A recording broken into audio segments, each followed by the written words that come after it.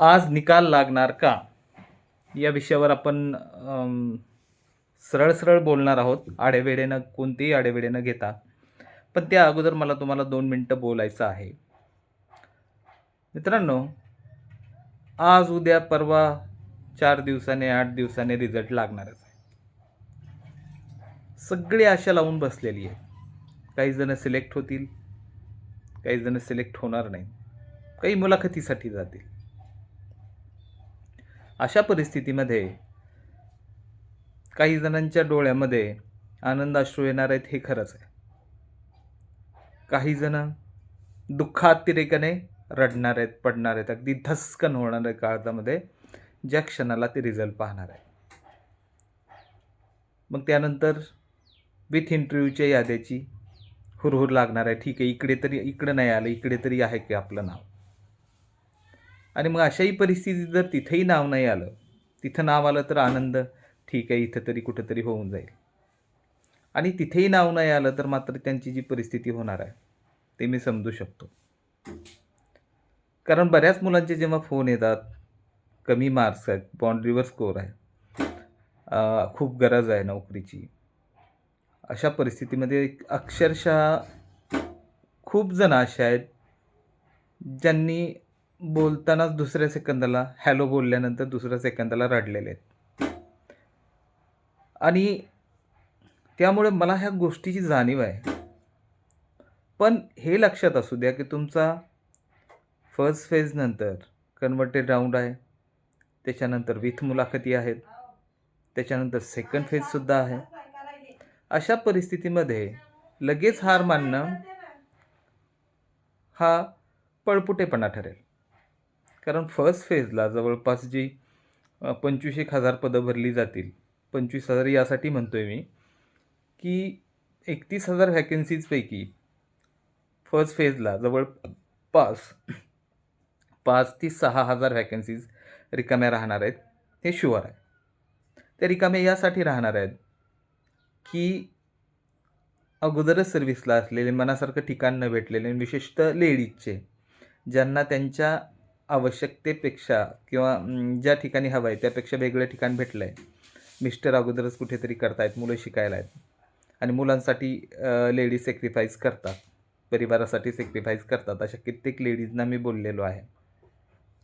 कालच एका ताईंचा फोन आलेला, रत्नागिरीला जॉब, मिस्टर पुण्यामध्ये आणि गेल्या टेटला त्या लागलेल्या. आता शिक्षण सेवकाचा कालावधीसुद्धा संपत आलेला. त्यांनी फक्त पुण्याचे आणि मुंबईचे प्रेफरन्स दिले. जर त्यांना ते भेटलं नाही, तर त्या फर्स्ट फेजला तर काही करणार नाहीत. कारण ठीक आहे, रत्नागिरी सोडून मुंबईत भेटलं तर करतील. कारण मुंबई पुणे 2 तासाचा प्रवास आहे.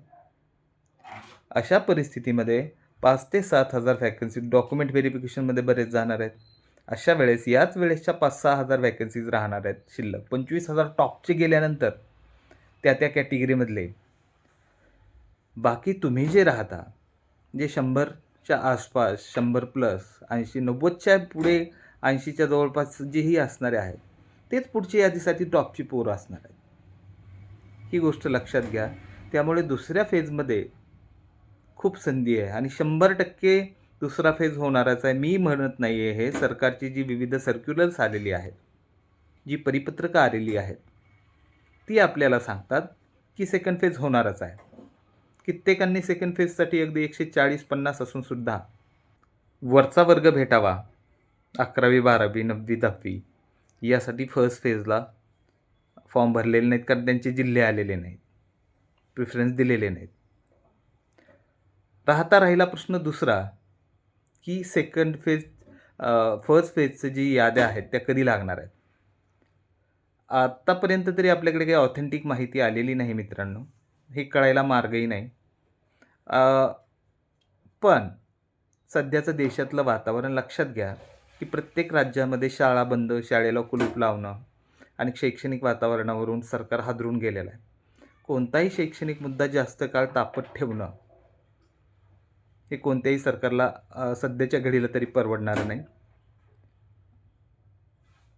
काल माननीय मुख्यमंत्री यांच्या अध्यक्षतेखाली मीटिंग होणार होती मंत्रालयीन. मला वाटतंय तिथे याबाबत चर्चा झालेली असणार आहे, कारण मंत्रिमंडळातील सगळे सहकारी मुख्यमंत्र्यांचे तिथे असणार होते. अशा वेळेस सगळ्या गोष्टी तयार असताना उगाच राज्यात शिक्षक नाही ही जी ओरड होते आहे, त्यामुळे शाळा बंद, कुलूप लावतायत वगैरे गोष्टी कोणतंही शासन होऊ देण्यास तयार नाही.